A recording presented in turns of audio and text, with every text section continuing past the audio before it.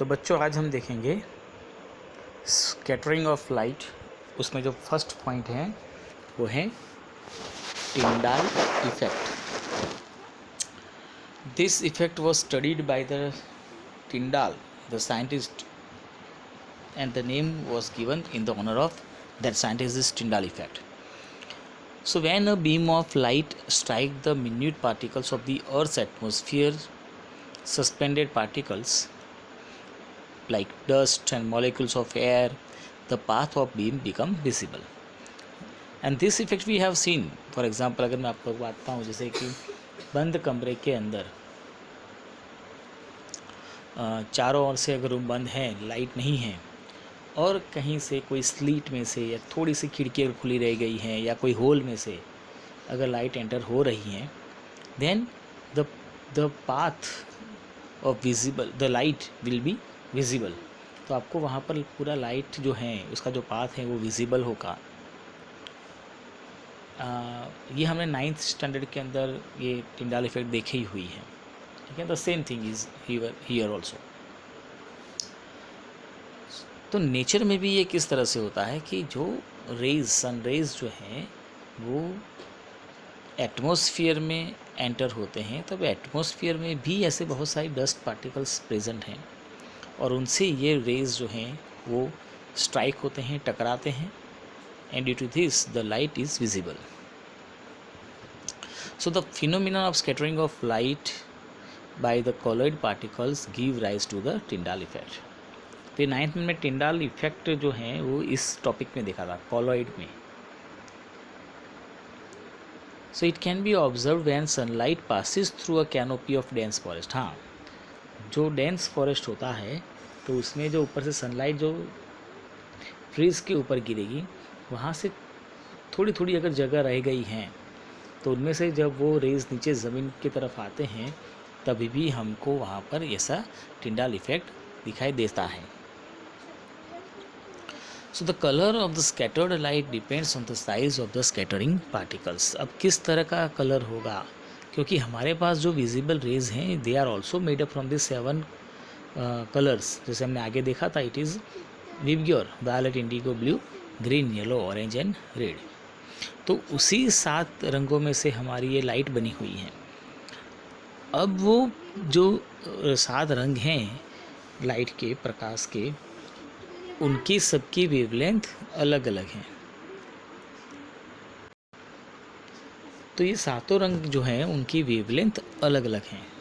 जैसे red colour है उसकी वेवलेंथ सबसे ज़्यादा होती है, जबकि ब्लू कलर एंड पे जब आएंगे तो उसकी वेवलेंथ कम होती है। So here when this light strike और collide with the particles in the atmosphere, they scatter the light, but different colors will be there because of the particle size are also different. So for example, if we have fine particles, okay, then what happens कि the blue color end, मतलब the blue colored light is scattered more, where the size of the particle is large, then the red color light will be scattered more, and if it is much more or very large size of the particles, then whole white light will be scattered. So see, here we have different types of the particles as well as the scattering effect. So Tyndall effect और scattering effect, देखो scattering effect क्या होता है, scattering मतलब बिखर जाना। अब एक बात समझो कि हमने अब तक जो पढ़ा है उसके हिसाब से हमने ये देखा कि भाई जो लाइट होती है ये travels only into straight path. हमने अब तक ये पढ़ा है कि लाइट जो होती है वो स्ट्रेट पाथ पे ही ट्रैवल करती है।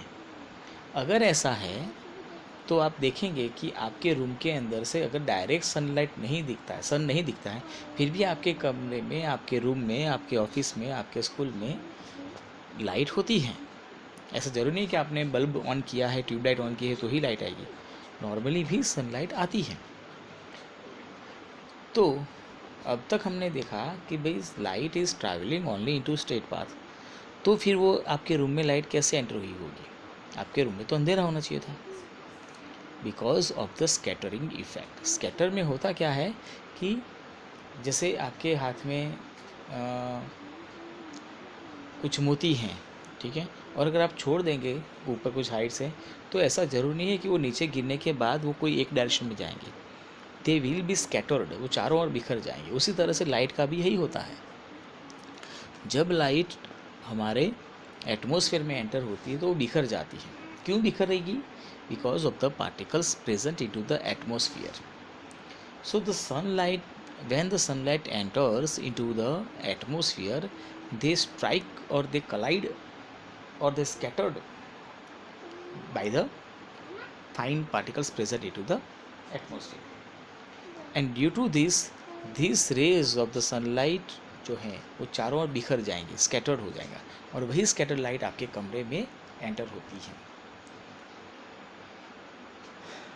तो अगर एटमॉस्फेयर नहीं होता, समझो अगर एटमॉस्फेयर नहीं होता तो क्या होता? तो जहाँ जहाँ से आपको सन डायरेक्टली दिखता, वहीं पर सिर्फ आपको लाइट दिखाई देती, उजाला होता, बाकी सब जगहों पर अंधेरा होता।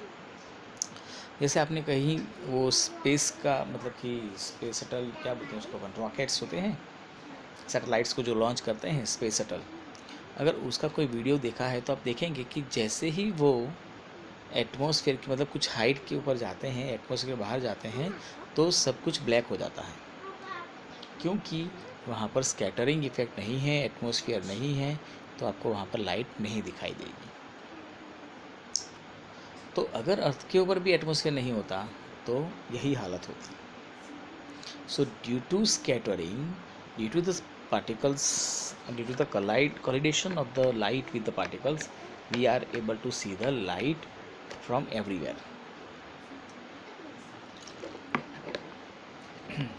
Now the thing is that the size of the particles is matter, which type of the light will be scattered more.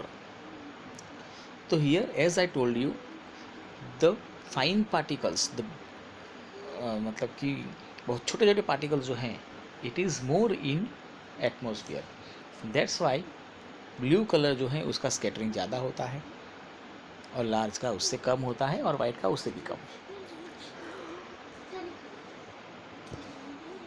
Now you have seen the blue colour of sky.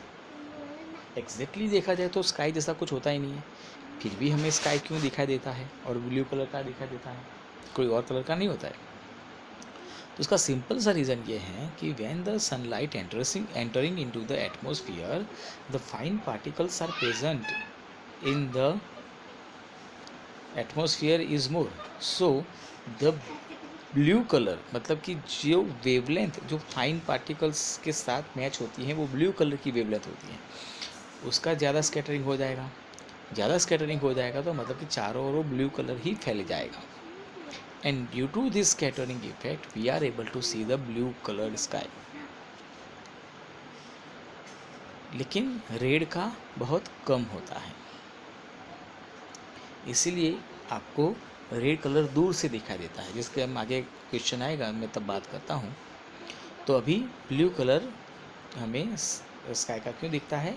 क्योंकि ब्लू कलर की जो wavelength वाले radiations हैं वो ज़्यादा scatter होते हैं, क्योंकि ज़्यादा हमारे पास ऐसे पार्टिकल्स प्रेजेंट हैं, डस्ट पार्टिकल्स या एयर पार्टिकल्स व्हाटएवर।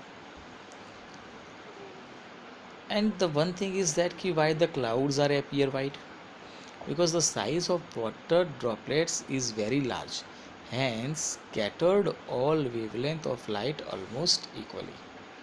तो जो भी अब पार्टिकल्स की बात कर रहे थे अपन, तो क्लाउड्स जो होते हैं उनकी पार्टिकल्स जो हैं वो बड़े बड़े हैं, तो जब वो वाइट लाइट उसके ऊपर स्कैटर होती है तो पूरी वाइट लाइट को ही वो स्कैटर कर देते हैं, इसीलिए हमें वो ब्लू कलर के क्लाउड्स दिखाई देते हैं। सो देखो नाउ एक क्वेश्चन कि if there is no earth atmosphere what will happen to the scattering phenomena.